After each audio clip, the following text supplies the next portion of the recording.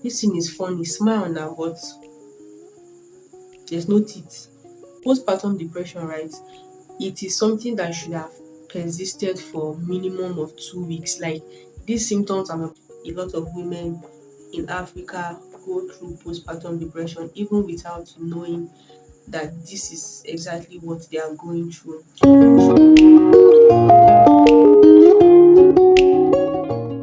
Hello. If you're new to my channel, you're very welcome. If you see my face for the first time, I'm Dr. Cherit Vitazam, and on this channel we talk about all things pregnancy and family planning. If this is something that you'd like to see more content on, ensure to subscribe to my channel, please, and turn on the notification button so that you'll be the first to know when I post new videos. With this, let us jump into the topic of today. So for today, we'll be talking about something that is considered a very touchy subject matter for a lot of young women in sub-Saharan Africa. It is the topic of postpartum depression, generally in Nigeria and other parts of Africa and some parts of Africa. The topic of mental health is usually not it's not something that people welcome because there's this stigma around mental health disorders. People just feel like you should have the strength and the willpower to overcome it, or that it is something spiritual and nothing, it is not what a hospital can treat. But these are some of the things that makes discussing things like this very difficult in sub-Saharan Africa. So what exactly is postpartum depression? Simply put, it's just the normal depression that people go through, but it's just that it is now found in women who just give birth or in women who are pregnant. So mind you, because it is postpartum depression doesn't mean that it cannot start while you are still pregnant. This is something that you should take note of because there will be signs and symptoms that you can spot in yourself or in other women to help you and them so that early treatment can be done. I'm going to be defining postpartum depression with some symptoms. I don't want to use big terminologies. These are the symptoms that if you see in someone or in yourself, you can tell that, oh, this may be postpartum depression. Postpartum depression, right? It is something that should have persisted for minimum of 2 weeks. Like these symptoms I'm about to call now are symptoms that you would have been seen in this person or in yourself for minimum of 2 weeks. That should now get you alerted that something is going on wrong. So the first symptom that these women will experience is called loss of interest in previously interesting or pleasurable activities. So let's say she enjoys watching movies as a hobby, or she enjoys cooking, or she enjoys just keeping the house tidy, but all of a sudden nothing bothers her anymore. You give her movies to watch and then she's not interested, or as soon as the movie starts she just sleeps off, or someone that she used to be very tidy before, everywhere is now littered and she's comfortably sitting in it, something that she would not previously do. Another symptom that she may be experiencing with postpartum depression is extreme sadness for no reason. She's just very sad and moody and gloomy. You see, why I keep referring to she is because the person having the postpartum depression will not see it as a problem. To them, they are normal. You are the one having the problem. So it's something that is supposed to be funny. Everybody is cracking up around her, but she's just like this.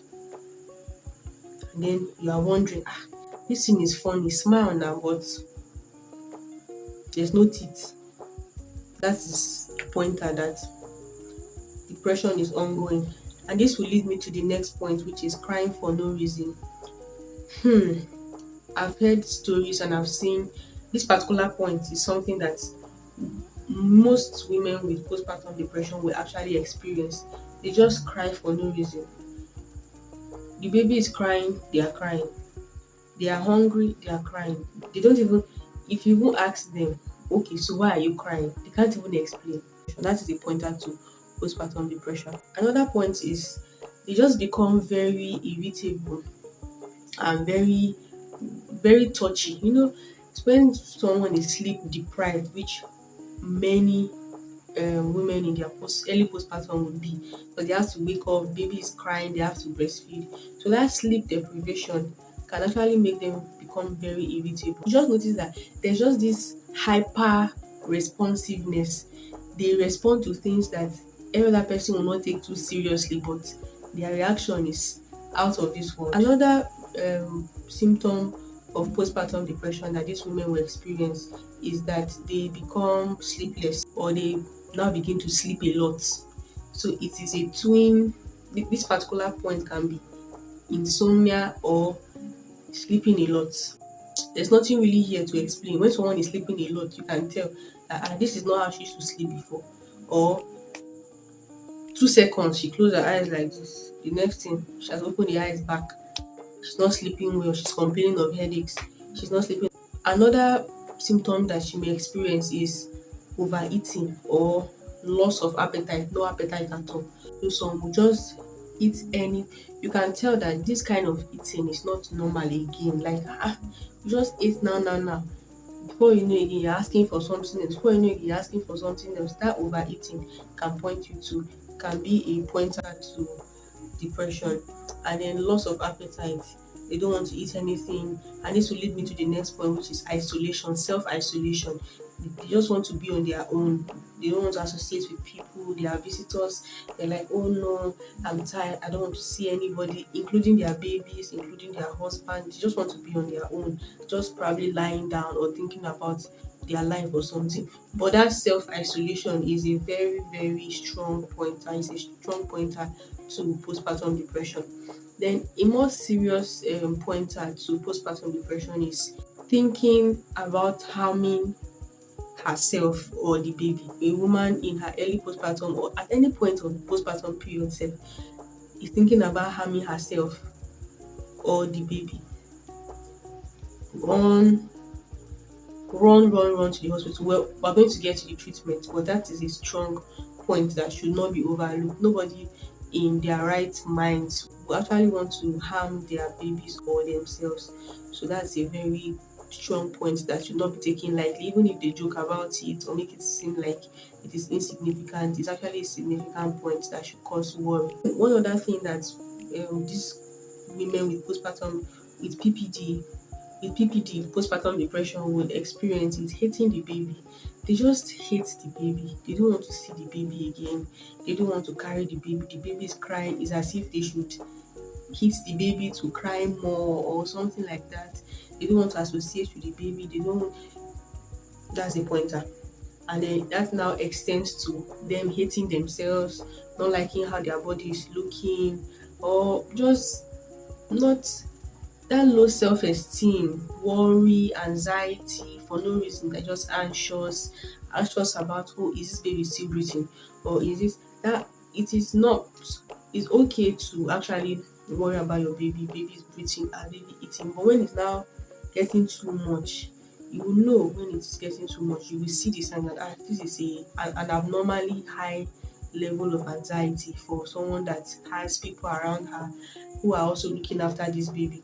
I'll just try to go over the symptoms again. The first one is loss of interest in previously pleasurable activities, low mood, extreme sadness, low energy, uh, anxiety, very irritable, moodiness, which I've said before, overeating or loss of appetite.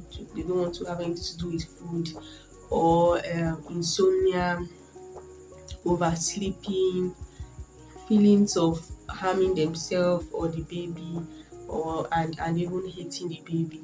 So all these signs put together, all these symptoms put together are things that you should watch out for in any woman. Basically any woman around you that has given birth, they need our help. They cannot really tell when they are having this symptom. To them they are normal, it's a normal expression for them, but we know that they're actually going through something. Moving on to the treatment now. What can be done to help women with postpartum depression? Take them to the hospital. Simple. Simple. Take them to the hospital. There they'll be treated if they are going for psychotherapy, or if they will need to see a clinical psychologist. All these things will be recommended to them. Whichever medication that they would need to take will also be recommended to them in the hospital. And of course, the moral and emotional support from having a partner or relatives and friends around her in those crucial moments will actually go a long way in making her recovery faster and less challenging. So with this point, I hope that we would begin to look out for one another. That's the aim of this video, to raise awareness of postpartum depression, and that a lot of women in Africa go through postpartum depression even without knowing that this is exactly what they are going through. We should break the stigma around postpartum depression and ensure that every woman that needs specialized treatment because of PPD would get that specialized treatment. And with these symptoms that was explained previously, please look out for one another. Look out for your friends, for your family, your sister, your in-laws, your relatives. Everybody look out for one another. We should be each other's brother's keeper. But now sister's keeper, get the point. Yeah, so thank you very much for staying till the end. If you did, please ensure to share this video with someone that needs to see it. I know you know someone that should see this video. Share this video with that person. Like this video, leave your comments below. I would like to know, have you seen anyone or do you know anyone that has or had these symptoms that I just explained, symptoms of postpartum depression? If you do, what was done about it?